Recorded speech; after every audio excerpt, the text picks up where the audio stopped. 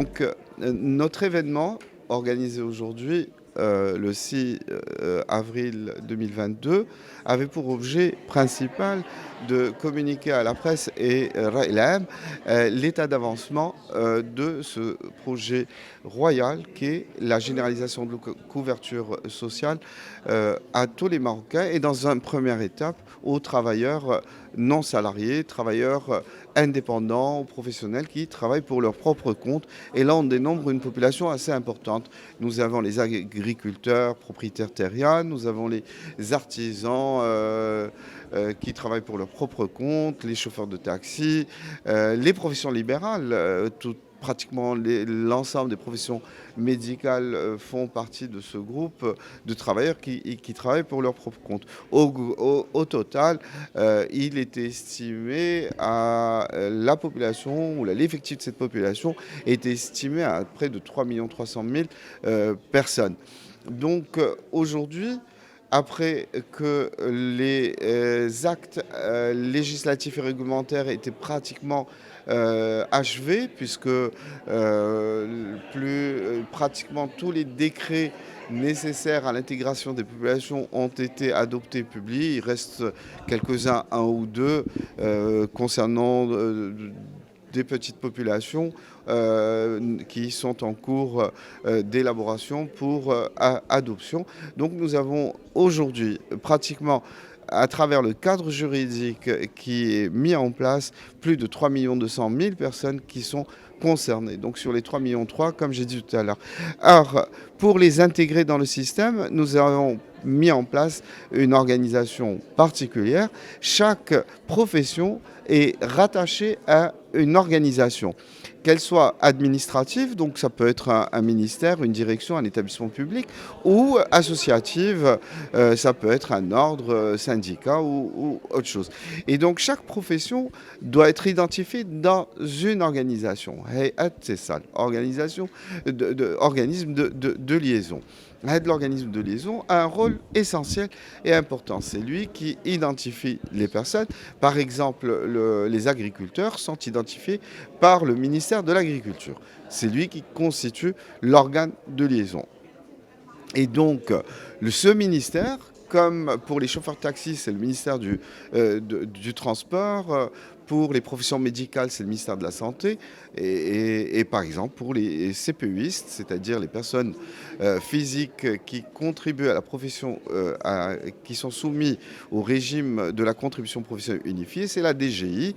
Et les auto-entrepreneurs, c'est Barid el-Maghreb. Hadou kamlin, fi kamla.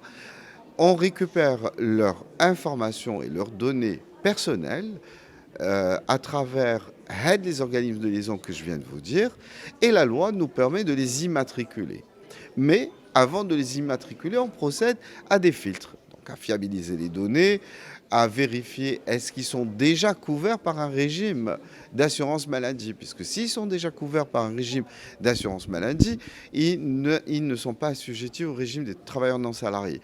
Je vous donne un exemple, un retraité qui a travaillé dans le secteur privé toute sa vie.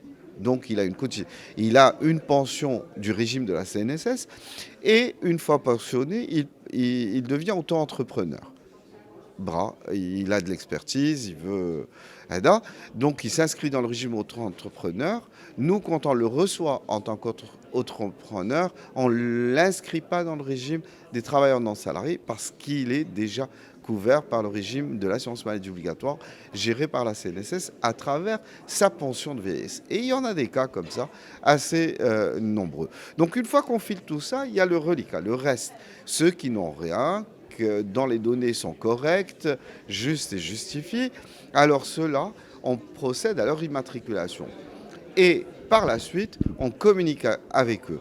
Alors, en fait, on leur envoie un SMS ou une notification pour leur expliquer que dorénavant, ils sont assujettis au régime de l'assurance maladie obligatoire des travailleurs non salariés, qu'ils ont tout intérêt à aller compléter la procédure d'immatriculation, mais en réalité de télécharger leur attestation d'inscription et d'immatriculation au régime. Et s'ils ont une famille, des enfants femme ou époux, selon la personne principale, ils doivent les déclarer parce que la famille bénéficie aussi de la couverture médicale. Et donc, toute notre communication est orientée vers cela. Et pour les inciter à faire ça, on leur explique les bienfaits et les avantages de la couverture médicale pour eux, personnels, physiques, mais aussi pour leur famille. Et c'est pour ça que nous avons mis un dispositif assez important en termes de produits audiovisuels, des spots didactiques, des spots motion design, des spots publicitaires que vous voyez aujourd'hui à la télé, mais aussi dans les supports digitaux. Je pense que vos supports ont déjà diffusé ce type ah non, de spots publicitaires. Alors, la première phase, il y a celle que nous avons entamée depuis le premier Ramadan. Et donc, c'est des spots incitatifs expliquant l'intérêt d'être dans ce système de couverture sociale et médicale notamment. Et la seconde, qui commencera certainement à partir du 1er mai, elle sera basée sur des témoignages réels d'individus qui ont soit se sont enregistrés dans le système pour des raisons valables, soit ils ont bénéficié eux-mêmes de la couverture, ou tout simplement parce que c'est une obligation. Aujourd'hui, c'est une obligation. On doit être tous inscrits dans ce système et contribuer dans ce système pour le bien-être de l'ensemble. C'est la mutualité, c'est Tahadot.